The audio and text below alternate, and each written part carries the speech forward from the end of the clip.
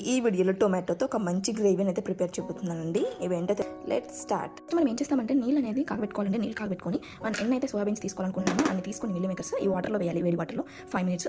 Water ఇలా boil అవుతున్నాయి కదా, ఆఫ్ చేసుకొని స్టవ్ మనకి ఎన్ని కావాలంటే అన్ని ఈ హాట్ వాటర్లో వేసుకోవాలి. టొమాటోని ఇలా చిన్న చిన్న పీసెస్గా మనం సన్నగా కట్ చేసుకొని పెట్టుకోవాలి.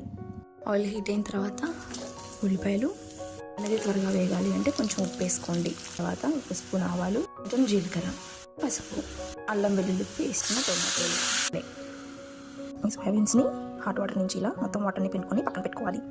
టొమాటోలు కొంచెం మెత్తగా ఉడికిన తర్వాత కారం వేసుకోండి. కొంచెం వాటర్ పోసుకొని మూత పెట్టేసి ఒక 2 మినిట్స్ ఉడకండి. ఇలాగ కర్రీ అనేది ఉడికిన తర్వాత మనము సోయాబీన్స్ చూడండి నేను చిన్న చిన్న ముక్కలుగా కట్ చేసుకొని వేసేసుకుంటా.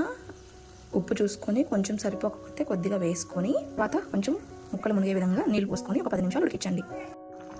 ఇలా కర్రీ అనేది ఉడికిన తర్వాత లాస్ట్లో దించే ముందు కొత్తిమీర వేసేసుకొని స్టవ్ ఆఫ్ చేసేసుకోవడమే.